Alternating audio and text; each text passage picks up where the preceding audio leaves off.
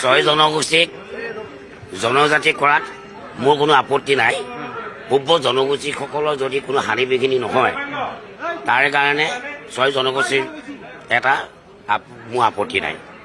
আৰু ছয় জনগোষ্ঠী জনজাতি কৰাৰ ক্ষেত্ৰত আমাৰ চৰকাৰে 19 চনত এটা সিদ্ধান্ত গ্ৰহণ কৰিছিল। আজি আমাৰ মাননীয় জনপ্ৰিয় মুখ্যমন্ত্ৰী ডক্টৰ হিমন্ত বিশ্ব শৰ্মাৰ নেতৃত্বত যোৱাকালি কেবিনেটে যিটো সিদ্ধান্ত গ্ৰহণ কৰিলে, এতিয়া এটা ঐতিহাসিক সিদ্ধান্ত। এইটো ভাল সিদ্ধান্ত হৈছে, কাৰণ ছয় জনগোষ্ঠীক জনজাতি কৰাত কোনো আপত্তি নাই। আৰু এতিয়া এটা কথা ভাল হ'ব যে যদি অসমত ছয় জনগোষ্ঠী যেতিয়া জনজাতি কোনো এটা সিদ্ধান্ত গ্ৰহণ কৰিলে আৰু সেই সিদ্ধান্তটো কেন্দ্ৰীয় মন্ত্ৰালয়ে প্ৰেৰণ কৰিব, কেন্দ্ৰীয় গৃহ মন্ত্ৰালয়ে প্ৰেৰণ কৰিব হওক জনজাতিসকল।